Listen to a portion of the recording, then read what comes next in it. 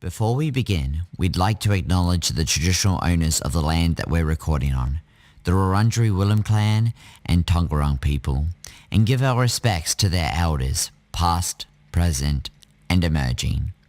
We encourage everyone listening to consider the traditional owners of the land they're living and thriving on, and consider the benefits that may come from a treaty with the First Peoples.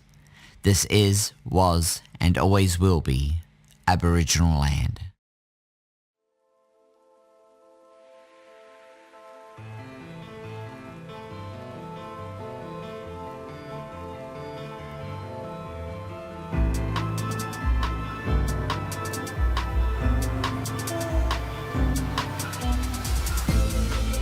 Matt Fishwick is an introvert who chooses to do improv, a non-binary performer navigating life with a brain injury, hemiparesis, depression and anxiety. Please welcome Matt Fishwick, someone who describes themselves as a completely average human. Hey Matt. Hello Nicole, how are you? I haven't known you for that long, but I can say that you're anything but completely average. Oh, that's good. We met doing improv, and I've mentioned in the intro that you have anxiety. A lot of people don't understand improv, and they say, oh, I'm too anxious to do that. I couldn't possibly stand up in front of a bunch of people and make something up on the spot. So how do you think that improv helps you? How did you get into it? I got into it by watching TV in the UK, where I'm originally from, and finding randomly a show called Whose Line Is It Anyway? The British short form improvisation show. And I just loved watching that. It was hysterical, and I just really, really enjoyed watching it. And then many years went by, and I was looking for a way to be creative because I wasn't really very creative childhood and in my 20s until I thought about moving over here to Australia. And when I looked at things, I thought, well, maybe I'm not confident enough or too anxious and stuff to do that kind of thing. So I looked for improv classes, or improv classes as it was described to me. So I always call it improv rather than impro because it's the first place I went and they all called it improv. And I know there's debate between impro and improv. What happened was I just did the introductory class thinking, oh, it'll just give me a little bit more confidence. And I just really, really enjoyed it. So did you start it when you were over in Australia or? No, I started improv, did my very first improv class May the 1st, 2010, when I was 27. So that is a long time ago, coming up to 15 years now. Yeah, wow. And I just carried on doing it because I really enjoyed it. It's also a place where uniqueness is celebrated, I feel like. Did you find that too?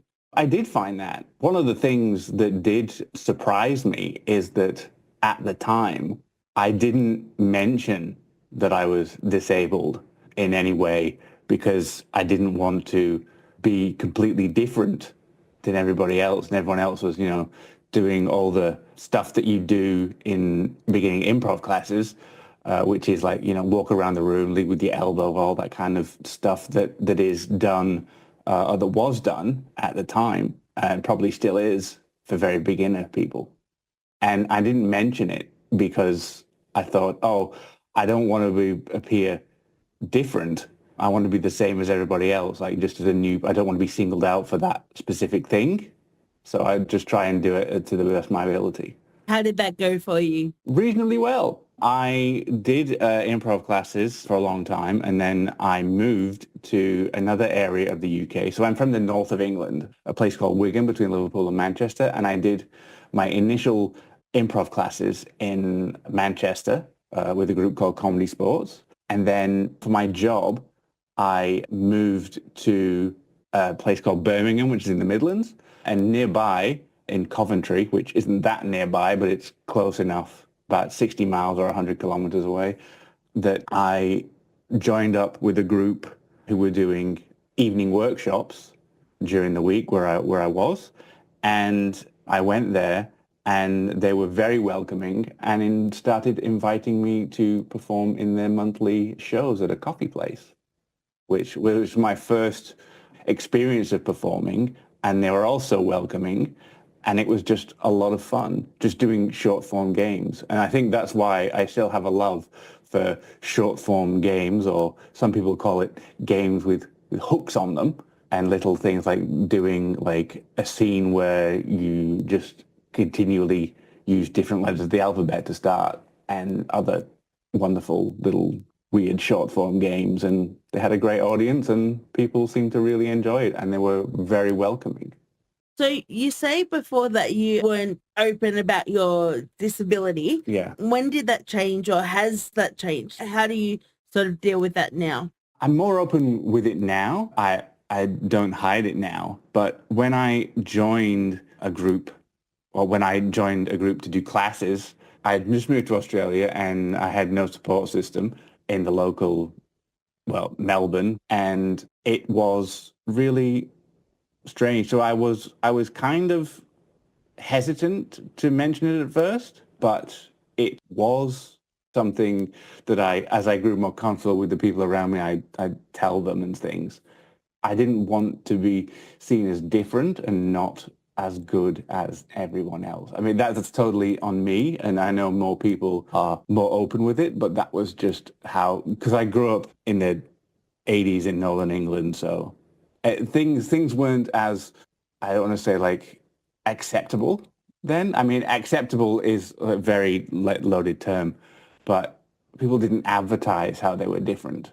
So for those who don't know, what is your disability? I know I said hemiparesis, but can you describe it? Hemiparesis is, I believe, a type of cerebral palsy, which is down the right-hand side of my body, which is the left side of my brain. So I have less dexterity in my right hand and my left leg, so that leads to balance problems and other sort of things. If I'm moving around, I'm good, but if I stand up after a while, I start to lose. If I stand still without leaning on anything, then eventually my balance will, and I'll have to take a step or something. So I do all my typing and everything with my left hand. So I think it was, to a certain extent, it was less noticeable when I grew up, because when I was at school and even at university, everything was handwritten. I wasn't under the disadvantage that I couldn't type with two hands. I was sort of just writing stuff with my left hand as everyone else was using one hand to write. Yeah. That changed when I got to university and did more typing, but by then, not too bad, but I still have to hunt and peck at whatever I'm looking at. So I have to look at the keyboard rather than look at the screen. I'm not a touch typer. Me either.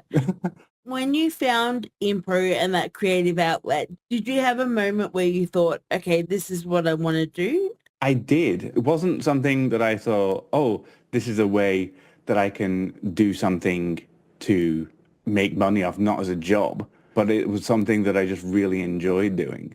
I've certainly spent more money on improv classes than I've ever made doing improv. The first show I ever did with the group who were in Coventry was a place called Wow Impro, which no longer exists, but they've gone on to do various things themselves. The first gig we ever did in a coffee shop, my payment was a card for a free coffee. And I was thrilled with that, because it was something like, oh, this is something that's fun and you're going to give me a reward for doing it. Yeah. Doing those shows in Coventry, doing short form, was just so thrilling, and the audience was warm and lovely and they really enjoyed it. I mean, it was a free show, so they didn't have to stay, so it was fine, and everyone stayed. It was great. I really enjoy doing it, and it was nice to see people smiling and laughing, because sometimes improv doesn't have to be a long form format with like long narrative arcs, or however you decide to do long form improv. It can sometimes be, being silly for 3 minutes and then never having to reference it again, which is thrilling for me, because I can just make stuff up and then not have to think about it. So I'm more nervous doing this, where I have to tell you facts about myself, than if we were just improvising and just go, I can just make stuff up. People always say to me, oh, I don't know how I could ever do improv. And I sort of describe it like we're having a conversation right now and you don't know what I'm going to say and I don't know what you're going to say. So life is kind of improvisation. Oh, that's totally true. It gave me more confidence to speak out to people because I'm very introverted in real life, which is really strange when you think introverted, but also okay on stage. Yeah. How do you reconcile that? Like, why do you think that is that on stage you let yourself go? I think it's because in normal everyday life, there are expectations of people to behave in certain ways. And also in my job, I deal with a lot of facts in my day job and has to be done certain ways. And when I am up on stage, someone could say, oh, can you describe the history of, what's the history of books? And I can just make something up. It doesn't have to, it could be real. It could not be real, but I can just make up whatever happens. The audience likes to go with it and I like to go with it. And if I say something and then somebody else mentions something else, then we can incorporate those two ideas together. Have you found that being your true self on stage or letting that side of yourself out means that the relationships that you make are deeper? I think that still I am introverted in real life, but I do like to talk to people and I'm very much interested in what other people say and ask questions more, which I know you shouldn't do in improv, but it does allow people to talk about themselves while I don't have to talk as much. I don't know where that came from, that you're not supposed to ask questions, because in improv, I don't know where that became a rule. I think that became a rule, or certainly as is explained to me, if I'm on stage or if we're on stage together and you say, hi, Matt, how you doing? And I say, hey, Nicole, I'm doing well. Can you tell me the history of books? And then I just stand there and watch you. Yeah. And then that's all on you as an improviser. Yeah. Whereas it's like, oh, let's tell the audience about the history of books. Well, in 1558 there was a print press. I know I know books existed a long time before that, but as an example, you can just start there, and like we would build that thing together. So it's like a shared responsibility. It is a shared responsibility. Yeah. And I feel like there's like a shared experience about none of us know what the other one's going to do, but let's build the Titanic and sail it together. And also, it helps make friends because I don't have that many. So it's good to, be social in a context where I know we have that thing in common. It's like if you're at an improv class and it's not your first one and you've come back, it's like you obviously enjoy improv and we can talk about improv and other things and you get to know people more. I love that. I want that T-shirt. I'll have to support the GoFundMe. Yes, let's build as I have a T-shirt on which I supported a friend's GoFundMe for putting together a new theatre in England, and it says, I brought a brick. When you're building something, you bring one piece of it and you give it to the other person and go, here's a brick. What are you going to bring to this? And they bring another brick. And then eventually you build a cathedral or a church or whatever you want to build. Yeah, it's there and also based out of Brighton in the UK. I think I've heard of them actually. Yeah. Yes, they've done a lot of stuff online, and during the pandemic, I did a lot of online improv, and I did something with the teachers from there at other schools based in UK time zone. But I spent a lot of my time doing improv before and after work. It was more fun doing it before work because I wasn't as tired. But that was one part of the pandemic I really did enjoy was the online improv. I actually started improv in 2020, and when people were saying, oh, I can't wait to get back on stage, I was like, what do you mean? This is awesome. Because I had nothing to compare it to. So I'm like, being in little squares on a screen is awesome. This is great. And then I had that moment of going to in-person classes and being like, oh, I get it now. The immediate audience response, I was like, oh, I understand what everyone was missing. Yeah. But again, I really love the online improv. What's better than sitting in a chair in front of a computer screen? For a long time, I wasn't a hugely physical performer doing a lot of different things. So it's like if it makes everyone level and all you have is let's use a little square, then everyone has a little square. So Mm-hmm. it's interesting to me that people love being on stage, but I also love the Zoom improv, and I still do Zoom improv with a friend almost weekly. Is that Bella and Matt? That is Bela and Matt. Yes, I met Bela during the pandemic in an online improv class, which I believe was taught by Jules Munns, who is one of the people behind the And Also Improv group. Look at us tying everything together. Tying everything together, yeah, callback. There you are. We've done. That's it. Okay, so tell me about Bella and Matt. So Bela and Matt is a silly little improv show. We call it the Bela and Matt Show. It's on at facebook.com/Bela and Matt. It is nowhere else because I've never figured out the technology to do it. We record it over Zoom, on a free Zoom, by the way. So the episodes over time got shorter as the free version of Zoom introduced more restrictions. So our episodes now tend to be fairly short.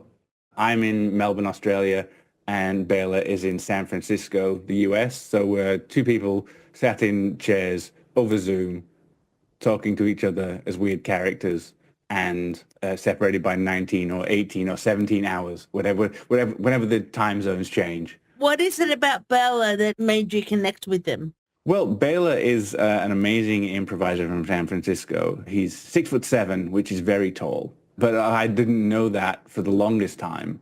And it's just something that we do scenes together in the class, and it was fun. And then we were looking for other things because the pandemic was still going on at this point. I mean, it still is technically going on now. It's still around, but there's less restriction in movement. But back then, when we were all locked down in our houses doing stuff online to keep sane, we decided to just have a meet up and have a Zoom call just for fun. And then it was like, oh, why don't we just record something as an episode? And yeah, so they're really low stakes. If you don't we've done, I think, a few hundred episodes now, but that kind of stopped in December 2024 for my medical condition of getting diagnosed with cancer. So that was, so that stopped for now. But when I finish my chemotherapy in a couple of weeks, we shall be returning to Zoom because I've just been too tired to do that kind of stuff. And honestly, at the time that we normally do it, I've not been awake because we do it to meet Bela's schedule, because Bela has a family, wife and son, and I do it around his schedule. So it's usually about 1 p.m. his time, which is 6 a.m. my time, which is absolutely fine. If I have to get up early for anything, I'd much rather be for improv than going to work. I've got to say, I know that we're over Zoom, but you look quite well. How are you feeling? I'm feeling well. So I thought I had a stomach ulcer, which it turned out not to be. I was diagnosed with bowel cancer in my large intestine. And on the 18th of December, 2024, I was referred to a surgeon later that day and saw the surgeon, went for a CT scan on Monday, the 23rd of December. And I went to him an hour later for the results. And he went, we need to put you in the hospital tonight because we need to operate on you because it's blocking your intestine. So I think it's called a subtotal colectomy. So I had most of my large intestine removed. And then the little squiggly bit that they left, they hooked to my lower intestine, I guess.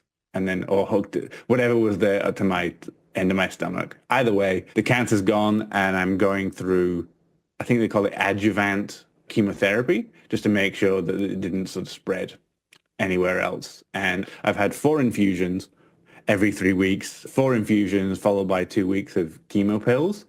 I'm currently in the last week of my chemo pills for my 4th infusion, so hopefully this is it and everything's done. I don't know whether I can technically say I'm cancer-free at this moment, but I'm sure when they do the follow-up scans, I'm sure everything will be fine. That must be difficult, though, when you've got your support system the other side of the world. I was lucky in the fact that my parents were coming over for a visit in January, and when I was ill, they moved their trip forward. So they arrived a week before I was having my colonoscopy, and they left at the end of March this year. So They were here for most of it, or for all of it, apart from the last infusion. So that was good. I have to ask, apart from Whose Line Is It Anyway, what kind of humour did you grow up on in England? I've always grown up and been comfortable around adults because I'm an only child. So I guess my sense of humor is based on my family. We tease each other mercilessly because we love each other. And I think that's one thing that maybe certainly if I like someone, I'll tease them. But if I don't like people, I don't tease them, that kind of thing. I'm ready to be teased. Yes, absolutely, Nick. It's amazing that I don't know whether that's just a cultural thing from the north of England or whether it's just my particular family, but we all like take the mickey out of one another and tease each other. That's my default setting. And I don't know whether when I came to Australia, whether it rubbed people the wrong way or whether it was just something that people here don't do. I don't know. I feel like there's a particularly Aussie bloke, I want to say, sort of thing about tall poppy and tearing each other down in a humorous way. That's the one thing so I learned my sense of humor from my parents, also from like 80s sitcoms. So I had like the UK equivalent of Foxtel in the 90s, and there was a thing called the Paramount Comedy Channel, which was just like I think it eventually evolved into Comedy Central, which I think is still a thing these days. But in the UK, they used to show old sitcoms, Taxi, Cheers, MASH, Roseanne, those kind of things. And I learned my humor from there. And also when I was 18, I was flicking around the channels and I found CNBC, which is an American market share channel. And I decided one day flicking around the channels, and there was Conan O'Brien, the late night with Conan O'Brien came on as I think there was 2 episodes, one on Saturday and one on Sunday, cut down episodes, but that was fun. And sketch comedy stuff as well, like Kids in the Hall and Saturday Night Live. Apart from yourself and Bela, obviously, who would you suggest if someone was wanting to get into improv and see what it was all about? Who would you suggest they watch or listen to? Well, if you find something that you enjoy, like if you want to get into improv, like the main people who have done sort of the main superstars these days have come out from Saturday Night Live and Second City in the US, people like Tina Fey, Amy Poehler, those kind of people. I also like Steve Carell, Stephen Colbert. A lot of talk show hosts and film stars started in improv. So if you find those kind of people online and you find you enjoy their films or their TV shows, then have a look in your local area because there will be no doubt many people willing to take your money to teach you how to improvise. It's amazing how when you find a group of people that you enjoy doing scenes with and you're in a class, at the end of the class, it's like, what class are you doing next? And you go, oh, I want to do that class because that person's doing it. I want to do that class because this particular teacher is teaching it. And it's like, cool. So that's a great way to, maintain friendships. All my friendships are improv based. Was there a particular teacher or piece of wisdom that you got that sort of resonated with you and you understood improv more? I think there wasn't a specific teacher, but I think there was an advice in a book or online somewhere. And it says, if you're doing improv and you're not having fun, you're the arsehole.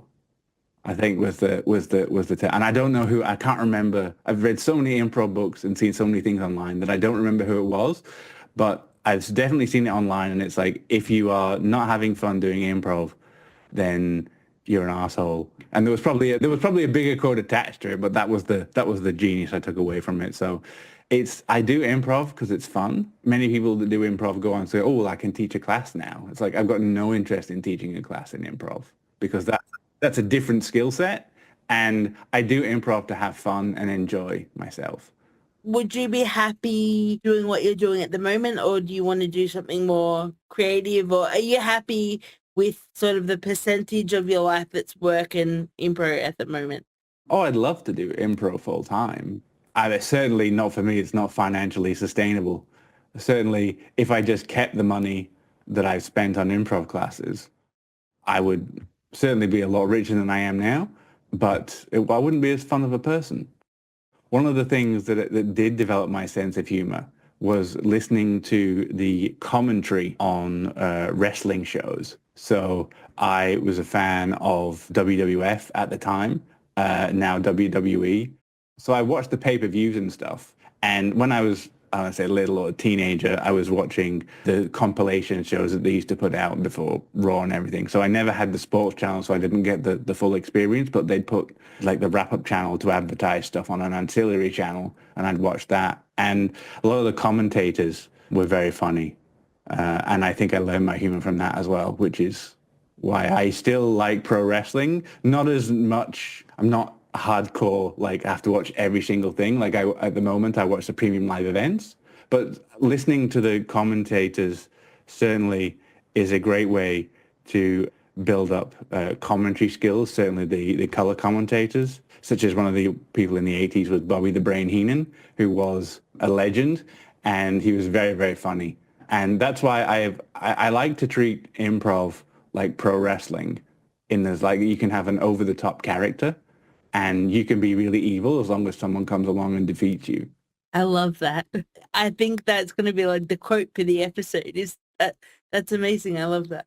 Yeah, that's great. That's why the other thing I'm excited about at the moment is, we did a show, and I believe you were there, Nick. We did a show called WrestleProv. Yes. And yeah, we did a silly little show.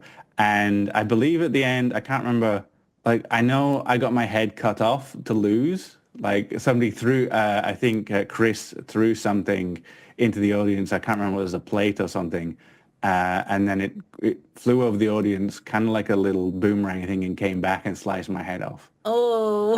And I lost from having my head sliced off, which at the time, I had a tumor in me. So who knew, you know? So, I mean, at the time it wasn't hurting that much, but I was doing an improv class later on with Catherine. I think it was a friendship one on Wednesday nights, and I had to drop out of that because I was just having too much pain. So I haven't done any improv really since then. But that was the last fun thing that I did improv-wise, other than the Bela and Matt show, was having my head cut off in wrestling, comedy, fake wrestling. And that's with Impro Melbourne. Shout out to Impro Melbourne. Shout out to Impro Melbourne. Shout out to Ben and Sam, who are the geniuses behind it, who let me just be a weirdo, and Chris as well. And yeah, it's just a lot of fun, a lot of group of, I think they're still doing stuff now while I'm out with chemotherapy, but I hope to return at some point for a glorious comeback. I feel like, and I was trying to think of how to say this, but I think that impro is where you can find your set of weirdos. Yes, that's totally true. If you think you're weird, you'll find somebody that's like you there. Yes, that's it. Like if you want to find your weirdos, just go into a group of people, and anyone who's done improv, if you just say, circle up, everyone will get in a circle, and then you'll be able to do a silly improv game. Like if anywhere up, if you just shout improvisers, circle up, and they'll go, okay, we're just doing something weird now. Okay, listeners, if we haven't sold you on improv by now, I don't know what can. Honestly, that sounds so much fun. I don't. Yes. Remember, if you're not having fun listening to this, you're the asshole. That's right. What can people do to support your creativity?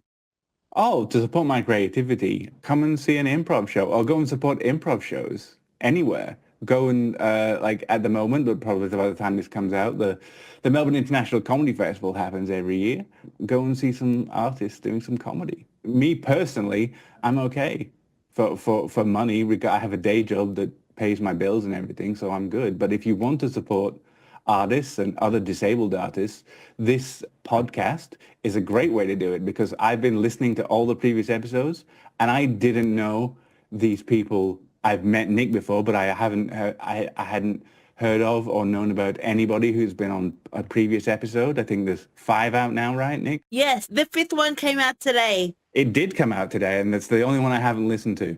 But I'm a big fan. The only person I did know is Bo Winden, who I met doing improv classes many years ago. Yes. Who is now an excellent writer.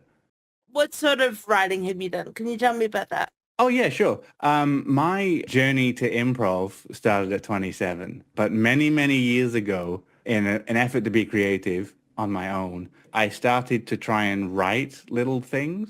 It started when I was, I think, 19, and I just had an idea for a book. During the summer off at uni, that was when I'd like get up at 3 p.m., do stuff, write all night, and then go to bed at 6 a.m.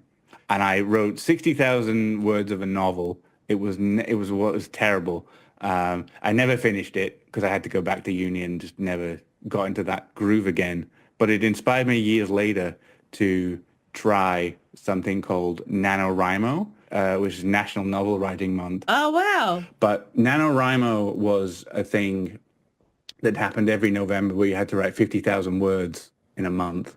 And I did the first two or three handwritten in between, like on breaks at work and at night and everything. And it was a lot of fun. Again, nothing happened with it. And then a couple of years later, I decided I did it every year for a while. And then my job became unsustainable to do it with my job because I was busy at that particular point of the year and I had less and less time. And that's when I thought, oh, maybe I can also look into doing improv because I'd still seen it. And it wasn't like improv. When you go to major cities now, there's a lot of stuff that you throw a stone and you'll find someone who'll teach you how to improvise. But back then there was only a couple. So I then started taking improv classes with Comedy Sports. And then I took a sketch writing class with Comedy Sports and started writing topical jokes for an open call radio show that they had in the UK called Newsjack, which was based on the news at the time. Everyone in the UK could actually submit jokes, and if you got a joke on, they paid you money. I have a BBC radio writing credit for 6 episodes of Newsjack over like 4 years. Congratulations! Thank you. That is the only professional writing I've ever done. Every week I'd submit a sketch, but my sketches weren't good enough because obviously they get rewritten by the in-house team. I had a spreadsheet at the time and I had a running total. So I submitted for 60 episodes over the course because I think they did two series of 6 a year. So there's 12 episodes a year and I did it. I think I submitted for like 5 years. I think I submitted 60 times and I got 6 writing credits. And then in addition to those 6 writing credits where you got paid, I also got an email that told me they used my material in a recording, but it was cut for time. And I got 3 of those. So I got 9 successes that my stuff got recorded for the BBC. And the sad thing is, I don't think those podcasts exist anymore. But they do have something in the UK now called, I think it's called The DMs Are Open, which I vaguely heard is the replacement for Newsjack, because in the UK stuff tends to be on for a couple of years and then they'll replace it with something else. But yeah, I don't know whether it's open to Australian residents, but if you, anywhere in the world, if you're find the open submission podcasts or comedy shows that will allow you to write stuff. I feel like when you were saying before that your sketches weren't good enough, maybe they were, maybe they just weren't your type of weirdo, you know? Oh, yes, that's it. They're not my type of weirdo. I did continue writing to when I first got here, and then due to depression and other stuff, the writing sort of fell away, and like the imposter syndrome sort of kicked in. I mean, I've always had imposter syndrome, but it kicked in more when I was here with less of a support system. But then it was like, okay, I'm building writing up too much in my head. So I threw myself all in with improv. And it's like, well, I'm on stage. I'll have to be creative in some way. So that was how I got my creative shits and giggles, by being creative on stage. Now that I've had cancer and I'm doing chemotherapy and recovering, it's a great way to listening to this podcast is a great way. It's opened up so many avenues that I didn't know about because I'm not hooked into the writers and the poets that you've interviewed. But I know of opportunities now that I can look for. Thank you so much. That's so nice. Yeah. With depression, do you find that, I mean, it could probably be a podcast episode of its own, Yeah. but do you find that getting up and performing and putting yourself out there helps, or what's the relationship like with depression and creativity? Well, I mean, even if I'm feeling really depressed and I can get on stage, that I can at least find something fun in the 3 minutes or the 5 minutes or the 10 minutes or whatever I'm on stage. So it's like a little boost of happiness, like serotonin in my head. Like, it's just fun to do. So I always like to do stuff that's comedy based because, I mean, I adore dramatic improv and have tried to do some in the past. It's been fun, but I'd rather be more funny than serious. Thank you so much for your time, Matt. It's been so lovely to be able to chat with you long form. Thank you so much for spending some of your time with me. That's all right, Nick. I've really enjoyed listening to all the podcasts that you've done so far, and I look forward to listening to episode 5, which I haven't listened to yet, which has just been released. So I look forward to also listening back to my dulcet tones. Thank you so much, Matt. No problem. Thank you very much.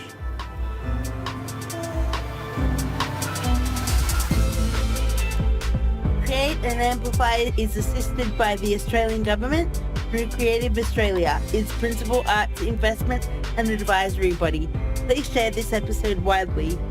Till next time.